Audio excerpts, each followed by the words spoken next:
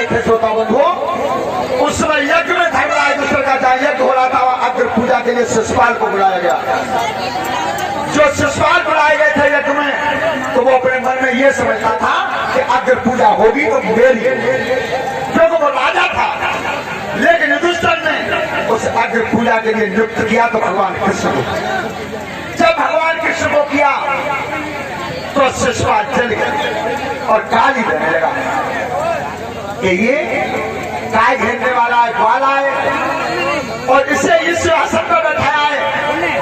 श्रोता बंधु, शिशुपाल गाली रखता रहा, भगवान गिनती करते रहे, गिनती, और जिस समय 100 की गिनती पूरी हो गई उसी समय चक्र सुदर्शन निकाला, एक भगवान ने शिशुपाल का सर काट दिया।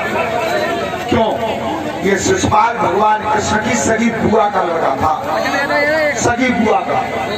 और जिस समय ये जन्मा था इसके 30 नेत्र आया था अलग से, आकाशवाणी हुई थी जिसकी गोद में जाने से इस बच्चे का 3रा नेत्र लुप्त हो जाएगा, वो इसे मारेगा।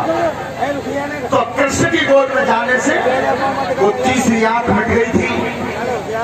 तब बुआ ने कहा था, बेटा कृष्ण मेरे बेटा को काट, तुम्हारे हाथ में, मेरे बेटा को मारना मत।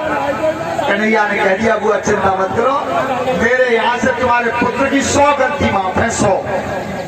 और जिस समय 100 पूरी हो जाएगी उस समय कोई नहीं बचा सकता, मार। आज वही गिनती भगवान ने पूरी की, शिशुपाल का वध कर दिया। शिशुपाल की मौसी का लड़का था दंतवक्र, उसे भी भगवान ने मारा। ये कौन थे दोनों? ये दोनों वही जय और विजय थे जो सप्तर्षियों को भगवान के दर्शन नहीं होने दिए। तो दोनों जय और विजय ने ये श्राप लगाया था कि जिस विष्णु को तुम इतना प्यार करते हो तो 3 बार धरती पर जन्म लेकर के जाओगे और 3 बार ये विष्णु ही तुम्हें मारेगा। पहली बार बने हिरण्याक्ष, दूसरी बार बने रावण और कुंभकर्ण, और 3री बार बने शिशुपाल और दंतवक्र। 3 बार भगवान के हाथ से वध हुआ।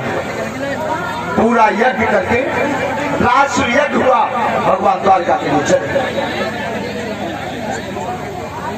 श्रोता बंधु, एक ऋतुसर्वा नाम के ब्राह्मण निवास करते थे। हमने पिंकू यादव बिलोखरा सम्मान करेंगे।